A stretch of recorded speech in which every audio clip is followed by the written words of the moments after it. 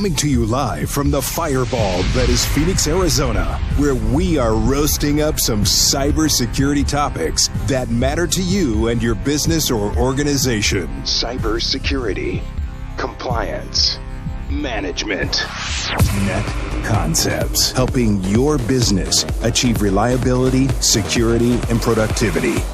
And now, your host of Net Concepts, Aaron Wagner. Hi, and welcome to Net Concepts. Thank you for joining us. I'm your host, Aaron Wagner, and with me today is Tim Roberts from F-Secure. Tim? Hey, Aaron. Thanks for having me today. Great to be here. Great to have you. F-Secure is a vendor of mine that goes back quite a ways, and I really appreciate all the years of working together.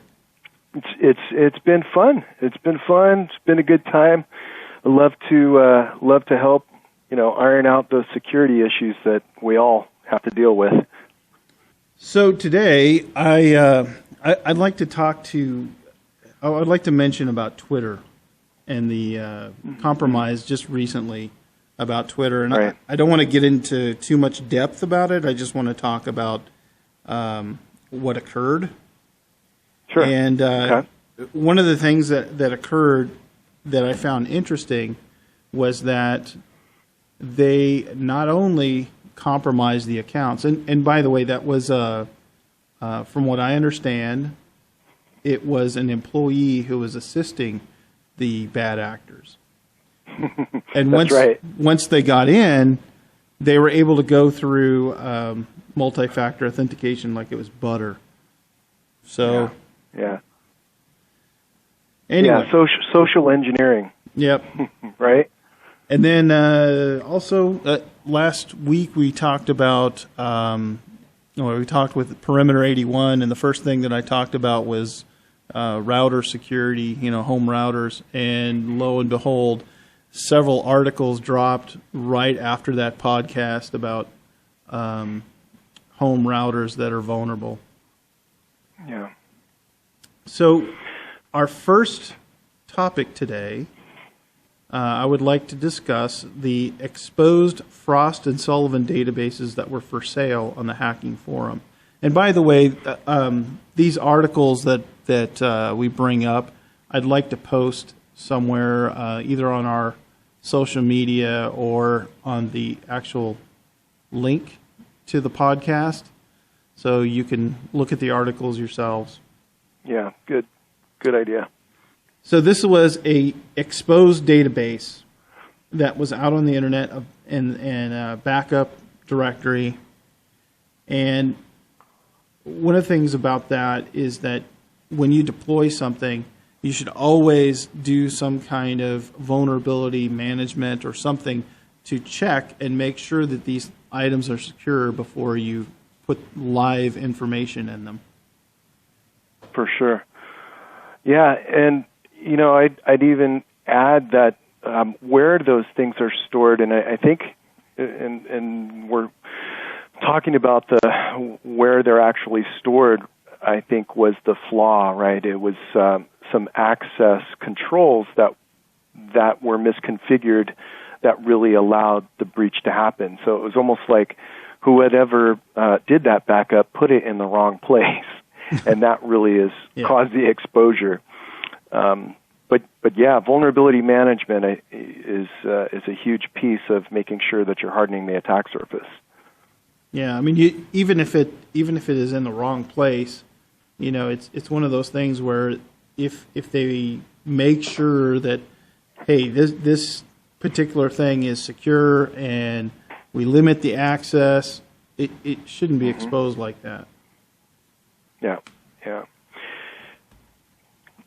So, I look at it just from my own experience doing managed security and service prior to doing work for F-Secure as a sales engineer. It was really interesting that a lot of times we had to go through a lot of hoops to understand what the vulnerability or the attack surface was. We'd have to do it in almost like a manual way. So we'd have to go and scrub each vendor if we're using this router or that access point. We kind of had to be a bit more proactive towards each of those different vendors to understand what is vulnerable. But nowadays, if you have something that does this in a more automated manner, it's a lot more efficient. So by that I mean use a vulnerability management platform to scan the whole network that you have, whether it's a public-facing target or if it's behind your so-called firewall in your private organization. You want to scan those things and look and be able to identify each and every single thing that you have if it has any vulnerabilities that an attacker could exploit. Yeah, it kind of goes back to you have an employee that brings in a wireless access point and plugs it into the network, and now you have a consumer product that's in an enterprise network that has the vulnerabilities that consumer products have. So,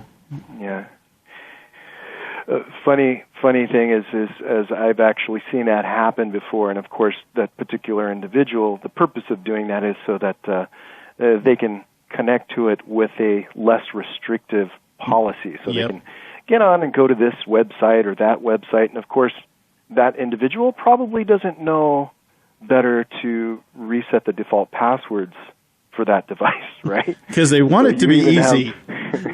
Right. Exactly. Let's move to the next item on our list here. And this, I think you said this better than I did last time we talked about it, the Sodinokibi ransomware. This is funny. Yeah, so I probably came up with a few ways. There's Sodinokibi or Sodinokibi. Yeah, it's like Linux. Yeah, whoever came up with that name, I'm like,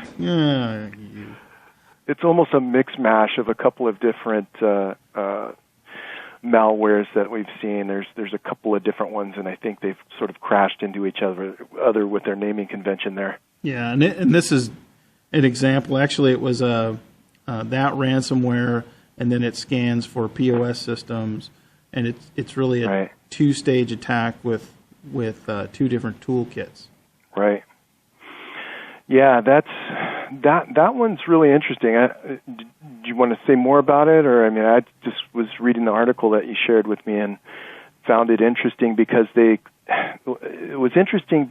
didn't always employ that second part of it, right? Or the second part of it being the trying to identify on the network that they're attacking. They're trying to look for those point of sale machines, and they didn't do that in every case. Well, I think a lot of times companies will quash an attack and then go, okay, we're done. And they'll try to go back to normal. And going back to normal is leaving a surface open, which gives them the ability. Again, that goes back to vulnerability management. Have they gone into that network device that an employee brought in and made really easy, and then they go after it from there. Exactly. And what this shows is that large companies are still vulnerable. Yeah. Yeah, no doubt about it.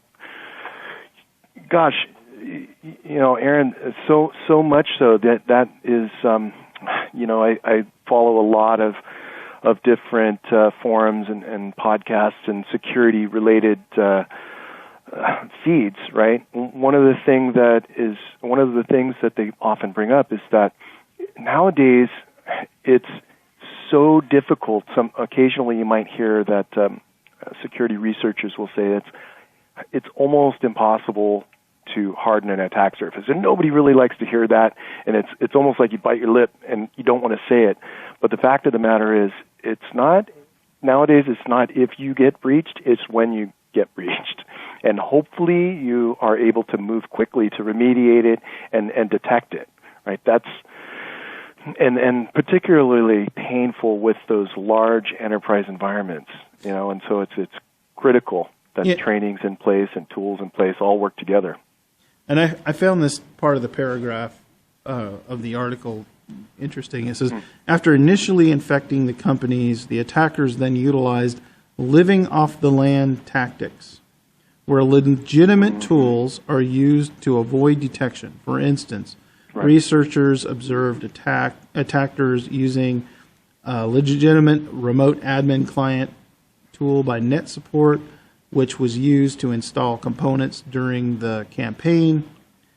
They used encoded PowerShell commands, which is legitimate Windows command line tool that is frequently abused by malicious attackers. And what you get from that second part of that, there's a paragraph after it, was that Pastebin was one of the websites that were open, and they were using Pastebin for part of the attack, which, why would a normal employee need access to Pastebin in the first place? Sure. Yeah. This the whole concept of executing an attack with the legitimate administrative tools is, I wouldn't say it's new, but it's definitely a new level in terms of like the technology that we have to use to detect those because the approach is much different than your traditional or so-called traditional, antivirus nowadays, right? Mm-hmm. Because these attackers manage to evade that kind of detection technology because this is looking for a malicious file instead of, these network tools used in a certain way to try to effectively take over, and they call it pwn, right? To pwn a machine within your network. And then the idea is moving lateral, right? Right. And I would persist. And what you're saying, I would definitely emphasize like PowerShell. What's the difference between doing an administrative task with PowerShell and the difference between a malicious use of PowerShell? You need some way to distinguish. You need a tool that can distinguish good use and bad use. Yeah, that's right. Now the evolving technology is doing smart things like the so-called AI, right? Where we actually can compare a pattern of events and basically use that as a detection pattern. Like this A, B, and C happen together where these attackers are using these tools together. And sometimes they'll script them, so it's even easier to detect from that perspective. But still, it's usually a combination of things happening together and conditional things like, where is this remote access coming from? Is it coming locally, let's say from the same region, or outside the region, somewhere in the Ukraine, or some other country, right? Those are conditions that you can use to detect that kind of attack. And the other part of this, you talked about somebody from another country. Mm-hmm. It's again, it appears to me that there were no limits on remote access. And, why do you need somebody from China, Russia, Ukraine getting into your corporate system?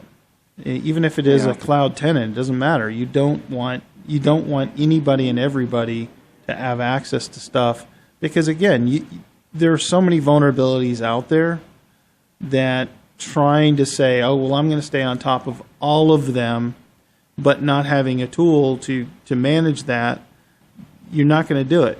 I mean, you look at the results in 2020, and it doesn't matter what size your company is. It could be a giant company, it could be a small company, and it's happening across the board. That's right. Yeah, and something else kind of interesting about this particular attack was they managed to employ some brute force attacks against those RDB systems. Mm-hmm. And, brute force is things like, even a dictionary attack where maybe it's an automation tool that tries a dictionary attack, which is just a big index of all these passwords, maybe that has been scraped and try to attack an RDP server, how do you remediate against that? How do you detect that? Because it's basically an admin failing to enter his password a few thousand times, right? Yeah. So hopefully, there's tools in place to remediate that type of thing. Now, the next part of that I would look at, is why. Okay, so you have somebody got into your network, your corporate network, and now it's looking for POS systems. So why do you have the main network and the POS network talking in the first place? That is a great question and I know, Aaron, you probably from experience walk into a client and you're like, why is all your network flat? Why do you have your phone system and your fish tank heater on the same network as everybody else in the company? And oftentimes, if it's not an enterprise company that's got thousands of IP addresses, they won't carve them up and they'll use a flat network. In which case, you can see anything, pretty much any device on that network from any device. Mm-hmm. And then enters the other complexity where, when a breach like this happens, the idea from the attacker's perspective is they want to be able to stay there. They want to be able to, camp out and have some persistence inside that organization, so that if one and what they did here is they managed to create additional accounts, and then they could access that network on behalf of different users, right? And then if they lose one user, like admin gets smart and says, "Oh wait, something's going on here," and they kill a few of these accounts, the attacker may still be able to get in there and do additional reconnaissance or damage by using those other accounts. Now, to sum this up, I mean, really, to me, it just screams, companies need faster detection capabilities than what they have today. Yeah. EDR, right? Exactly. Yeah. That's the new technology. Well, it's not new. I mean, it's basically something additional on top of what everybody's doing nowadays, which is the typical what we call endpoint protection. Mm-hmm. You have to have something now that can detect these more targeted attacks or where there's a human element involved, leveraging these things that are not malicious. They're not detecting it because it's a legitimate administrative tool, right? In addition to that, I mean, you got to have strong passwords. You got to have when we talk about data breaches, you don't want, let's say, a workstation or the employees storing their passwords, or God forbid, like just an end user working from home. Nowadays, that's kind of a new vulnerability for us. You got Notepad, and that's got all of your passwords in it. That's not a good practice, right? So let's move to the last thing, which is yours, I believe. I had some advice, I guess, for that particular one is, making sure that they're doing the vulnerability management. That's key. Mm-hmm. And the EDR component, that's definitely key. I mentioned already the endpoint protection. From an end user perspective, there are things that the end users can do to help their organizations or even themselves if they're working on their own machines, is be smart about what files you open. Nowadays it's something like, I think it's 94% of malware comes from email. So be smart about what files you open and what links you click on, and scrutinize the email if you don't recognize the sender. This is really, and this is going to come into the picture for the next couple things we talk about, right? Is email and malware, and then the users being involved with when security fails. Yeah, no, I was totally agree, and I think The next thing we have is the sophisticated phishing kit. Oh, yeah. Yeah, this one. So this particular case is really targeting the financial services sector. On top of that, they were also looking at real estate and legal consulting. Hey, let's put it where it is. Hackers follow the money. They care about the money. They don't care who it is. That's right. But I have I have seen this attack in real life. So it's done many different ways, but it's all the same. Right. Yeah, but you're right. It's really the same sort of the underlying technology might vary slightly. Like in this case, this was Office 365. But from a high-level description, really what we're doing, or what the bad guys are doing, is delivering in this case, it was a harmless PDF. Mm-hmm. And then the PDF would have a link that drew the user, that opens that PDF, that draws the user into a credential harvesting page. And so it opens up a website, and that looks like Office 365 in this case. And then you enter your what you think are your credentials, and at that point, guess what? Your credentials are now stolen. And at that point, the attacker is not really caring what happens next. It's that the attacker now has access to guess what. And as a user, you might think, oh no, maybe it's my whatever my work document. But unfortunately, it goes much wider than that. And you're talking about compromising the entire company. So, for example, bad guy might decide to say, okay, now that I have access to this particular account, I can share some malicious content with everybody in the organization and say, hey, everybody, please check out this new business procedure and let me know when you've checked out this document. Yeah, and that goes up into the cloud for everybody to be infected by. And I think that comes to, first of all, I talk to people all the time, whether it be people who work in a corporate environment or people that are retired at home. I tell them, look, you as an individual may not have, just gobs of money sitting in the account, and you may not be the target. But trust is a commodity. And once they've taken over you as a person, and they go after the people that maybe you're related to, maybe your former employer and you have coworkers, they could go after them. It doesn't matter. Trust is a commodity. And I think, you go back to this particular attack, yes, it's more sophisticated than maybe the original attempts, because a lot of these original attempts were, okay, well, people have spam filters now, so let's see if we can tweak this out a little bit and make the email simple, right?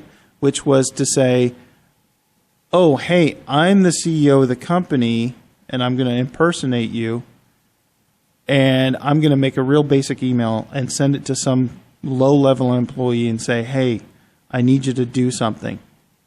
So that low-level employee goes, oh, my goodness, the CEO is talking to me, and I need to do this right now because I need to make the CEO happy. So they respond back, well, now the person has you. And now they're going to start to ask you to do things, and that's how that stuff develops. Well, this is the same kind of attack, which is first break trust. Get in between you and somebody else within the company, and then go after everyone else on board the ship. That is a really, really good point. The whole leveraging and this, that's exactly to the point of why this particular attack was targeting the executives, is to leverage that whole trust element, because mentioned it already, but if I give a directive out to the organization to say, hey, everybody, you all need to, review this new purchase order format by end of business today. And then I basically put that out in the community of my cloud service of whatever it is, Office 365 or Dropbox or Philip, whatever it happens to be. Salesforce. I initiated, Salesforce.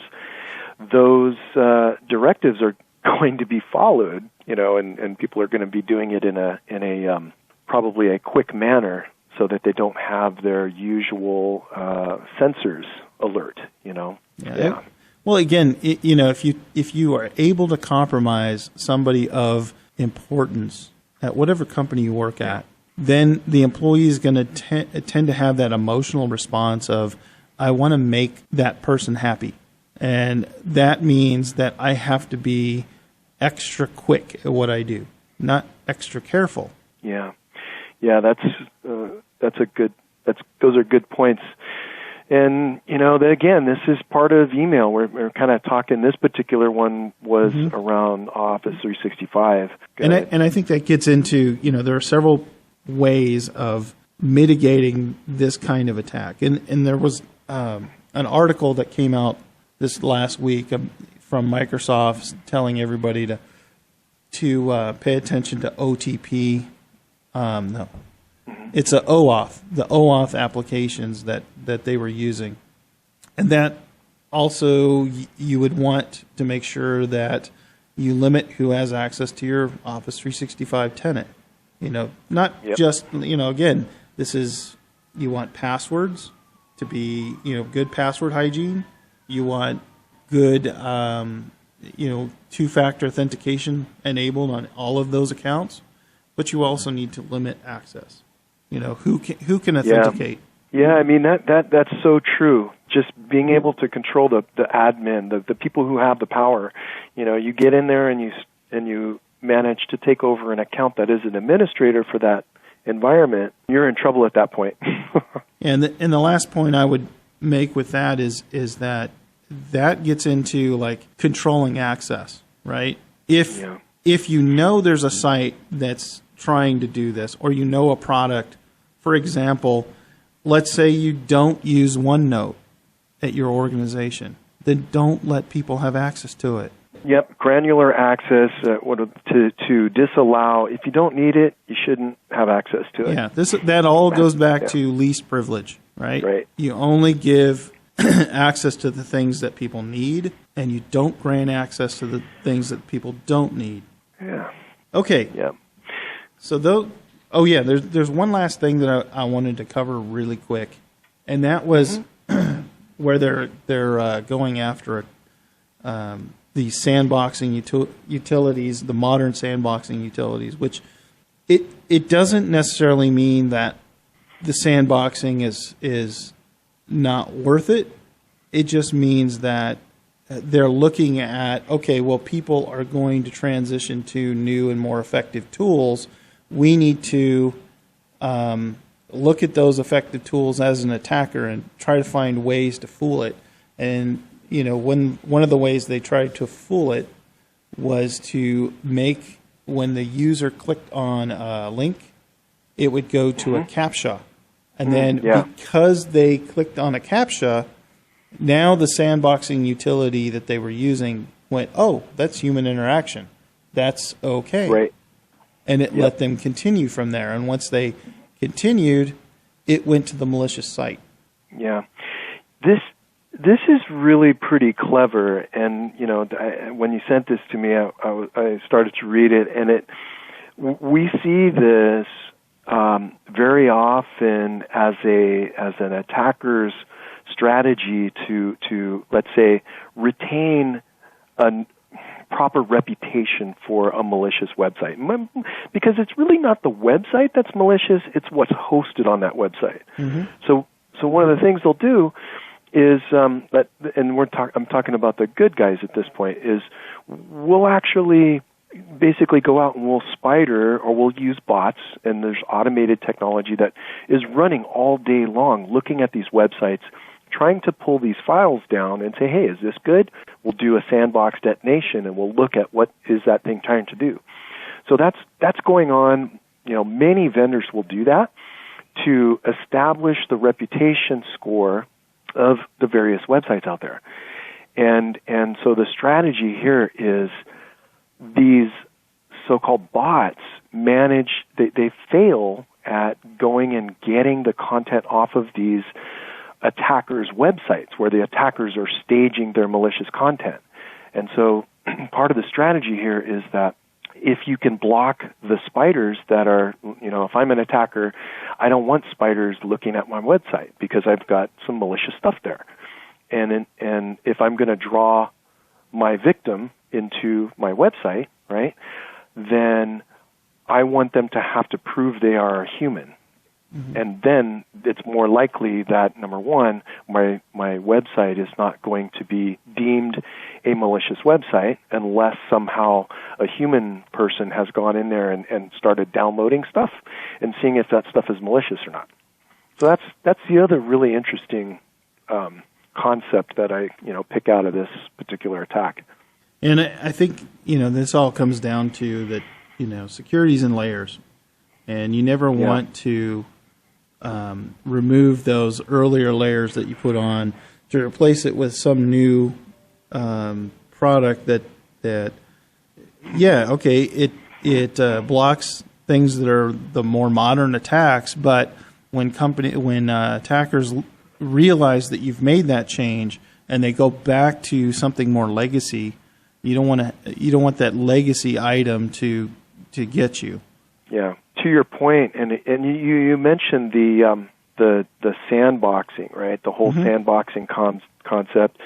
The other very necessary kind of technology you want to make sure you have is this idea that you can detect malicious things based on behavior. And most vendors that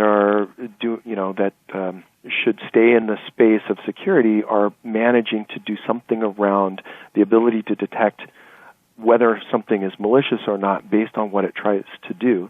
Is it trying to write to a certain place on your hard drive that it shouldn't? Is it trying to change, file attributes or copy files? And that might be the activity of encrypting your files like a ransomware would. And it's important to be able to look at something by its behavior and make a judgment if that is doing something malicious or legitimate. That whole technology is critical to have on your endpoints as well. Agreed. So being from F-Secure and looking at these examples, what would F-Secure do to make my life a lot easier if I'm facing these threats? Good question. From F-Secure's perspective, just at a high level, we try to have a solution that's going to fit nicely for the various attack vectors. We so-called attack vectors. What's an attack vector? So if it's email, or if an attack will come from email, an attack might come from, let's say, a website where a user is going to a website. Maybe the website is a threat. Maybe it's a mobile device that you issue to all your employees, right? Everybody's carrying around a phone nowadays. Those are as vulnerable, if not more so, because, a lot of folks don't realize that is a so-called attack vector. And if you're getting your email there, you're doing your web surfing, you're probably doing your banking. There's a lot of things going on these mobile devices. So we as F-Secure, we have solutions to secure those endpoints. We call those endpoints, your laptop and your servers and your mobile devices. Then, we talked a little bit about understanding what's vulnerable in the network, right? So those IoT devices, your fish tank or your wireless access point or your printer, you want to be able to survey all of those targets, if you will, with something like F-Secure's Radar, which is a vulnerability management tool that when you scan your network, it gives you basically a report that tells you the vulnerabilities that are discovered for all of those different things you might have on your network. And then again, highlighting email. We do have a solution for Office 365. We have, if you're a kind of organization that runs Exchange, we have email and server security that will help you filter out malicious content even before it's delivered to the recipient, right? That's the idea, is you want to try to prevent it from getting to that recipient. But of course, if it does, hopefully it gets filtered out. But if it doesn't, then you also want to make sure that you're hardening the endpoint. You'd have an appropriate, let's say, computer protection. In F-Secure's world, we call it computer protection or server protection. And then I think one of the other points that I would say F-Secure does really well is because vulnerabilities are often due to mismanaged patch management. That means people aren't updating their software to fix the vulnerabilities that are there.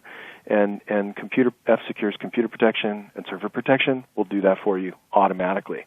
Let me ask you this: what separates F-Secure from the pack? Let's say. Well, I'd probably point out, we've been doing this a very long time. F-Secure's been around for almost 30 years. I think that our threat database is one of the largest on the planet. So when we talk about the different kinds of threats that are out there, we do, for example, any of these new threats, the so-called 0 days, those are constantly being updated. So you almost have a real-time awareness of the new and emerging threats. When we talk about this idea of that human-based attack, there's other vendors out there that are essentially, I almost liken it akin to getting a big box of Legos where you kind of have to build your own solution. A lot of vendors will kind of give you that, and it's almost unwieldy. So F-Secure has what we call rapid detection and response, which is an EDR technology that we've done all that work for you. You don't have to go and build all these, complex rules, and it's like we've effectively done that part for you. We're spending a lot of our money, our research money, and our development dollars doing that. So we have labs and we have threat hunters, working 24/7 in the labs doing the analysis to try to build this relationship on the back end between man and machine. So we're using AI technology to sort of build those detection patterns along with humans that are looking at that data as well. And I think another thing to add to is the consultant side. Mm-hmm. Because yeah. I mean, if you're not in the weeds out there, actually doing the attacking, how are you going to know what to protect? Yeah, you're absolutely right. I should mention that as well. The portfolio, we do have the concierge, it's like a managed detection and response capability as well, meaning it's a fully managed security operations center based out of New York. And what these guys can do, particularly for the larger enterprise organizations, is offer some consulting services prior to actually doing any kind of deployment, where we'll help set up the honeypots, which is like bait for the attackers, right? If the attacker goes for bait and finds it, then you get an alert. That's what a honeypot is. And then we have a refined playbook so that if something happens in the organization, there's a known a predetermined activity that should happen should there be some kind of a breach. And then we help put that all together.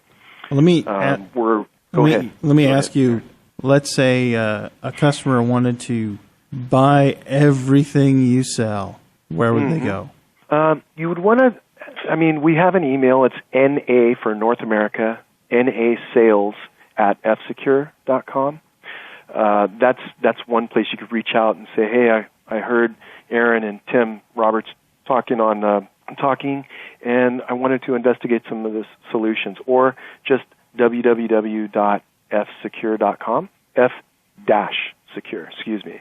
So that's f-secure.com. And we have a consumer line of products as well as enterprise. So if you're the home user and you like what you hear, we offer services on our website as well. One thing I forgot to mention here is that the whole identity theft issue, where in short, it's a situation where the bad guys will sell information, whether it's passwords or user accounts or credit card information. We have a tool that's free to use on our website. It's an identity theft checker. If you go to f-secure.com and then enter an email address, you can see if that email address is associated to a known breach. Because our guys in the labs, they actually scrub these websites and forums where that stuff gets sold or traded, right? And we will be able to tell you if your credentials have been compromised. So that is a really cool thing. I actually check on my own credentials quite often, and so far so good. So I'll keep that. Asking for trouble being on a security show, though. Yeah, I do. I appreciate you sharing that with everybody. And once again, Tim Roberts from F-Secure, and I'm Aaron Wagner from Net Concepts, and our website is ncarizona.net. Contact us if you need any help making your business more secure. Thank you very much. Thank you for listening to Net Concepts with your host, Aaron Wagner. For more info, please go to ncarizona.net. Net Concepts, helping your business achieve reliability, security, and productivity.